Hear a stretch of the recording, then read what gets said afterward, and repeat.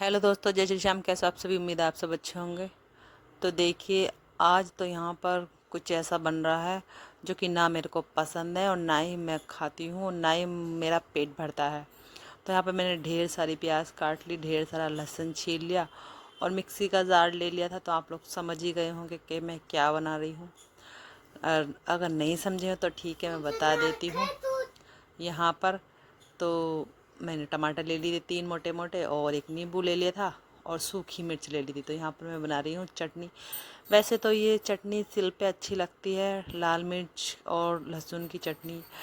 लेकिन आज का ज़माना है, आजकल का ज़माना है कि कोई कोई क्या, मैं क्या, कोई भी पसंद नहीं करता चटनी सिल पे पीसें।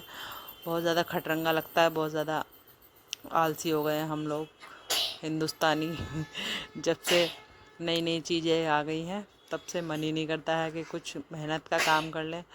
बस यहाँ पे मैंने क्या है ना, सारा सामान इसमें डाल लिया था जार में।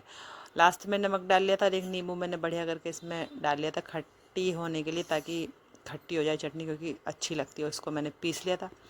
तो यहाँ पर मुरादाबाद में ये मैंने नई तरीके की चटनी देखी है। हमारे यहाँ तो खाली सिल पे पीसते थे और ऐसी रोटी पर लपेट के खा लेते थे, ये रोटी पे रख के खा लेते थे घी लगा करके। लेकिन यहाँ पर तो पहले उसको पीसेंगे, फिर ढेर सारी प्याज में उसको भूनेंगे काफ़ी देर तक, ढेर सारा तेल डाल के काफ़ी देर तक पकाएंगे। पकते पकते जब तक वो ज़रा सी सूख के नहीं हो जाती तब तक उसको बनाते रहेंगे पकाते रहेंगे।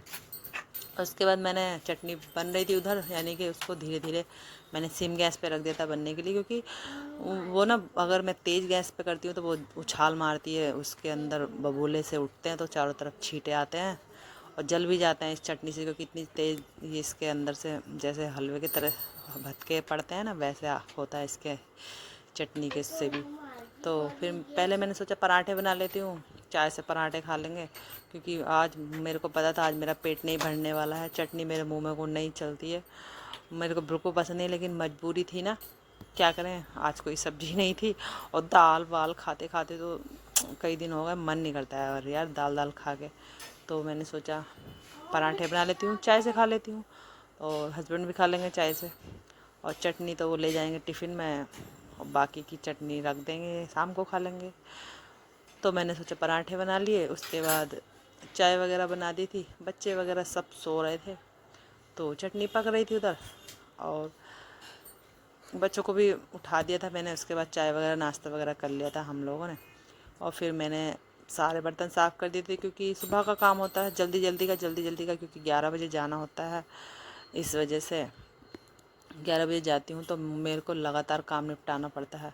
तो बर्तन साफ़ करके ले आई थी मैं, यहाँ पे मैं लगा रही थी। ये सारे बर्तन एडजस्ट नहीं हो पाते हैं, बहुत ज़्यादा दिक्कत आती है सारे बर्तन यहाँ पे लगाने में।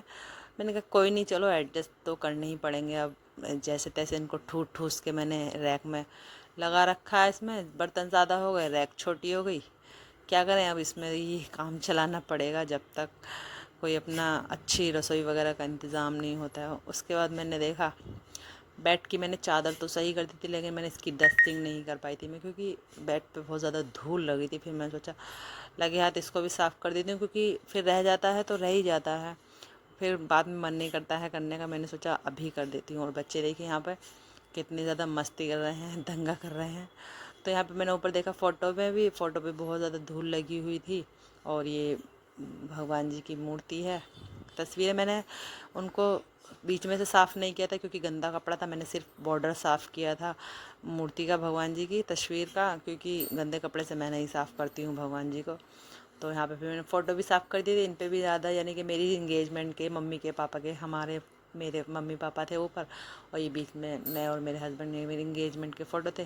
तो मैंने फिर इसको भी साफ़ कर दिया था। उसके बाद फिर कपड़े उतार के लेके आई थी, कपड़ों की फिर सीधे करके तय बना रही थी। और यहाँ पे बच्चे अपनी खुरापाती में लगा हुआ था, आप देख सकते हो। वो मिक्सी के जार उठा लिया उसने और वो उसी से खेल रहा है, क्योंकि इनको खिलौने नहीं चाहिए, इनको बर्तन चाहिए, कुकर चाहिए, मिक्सी का जार चाहिए। फिर ये आ गई थी हमारी छोटी सी नटखट, ये बहुत ज़्यादा शैतानी करती है। जोर से बोलो। कैसे हो आप सभी? ये मेरी 2 चुटिया कैसी लग रही है? अच्छी लग रही है तो लाइक करें, अच्छी लगी तो लाइक करें, कमेंट करें और चैनल को सब्सक्राइब करें और घूर के दिखाना इनको कैसे घूरती है, कैसे घूरती हो, घूर के दिखाना।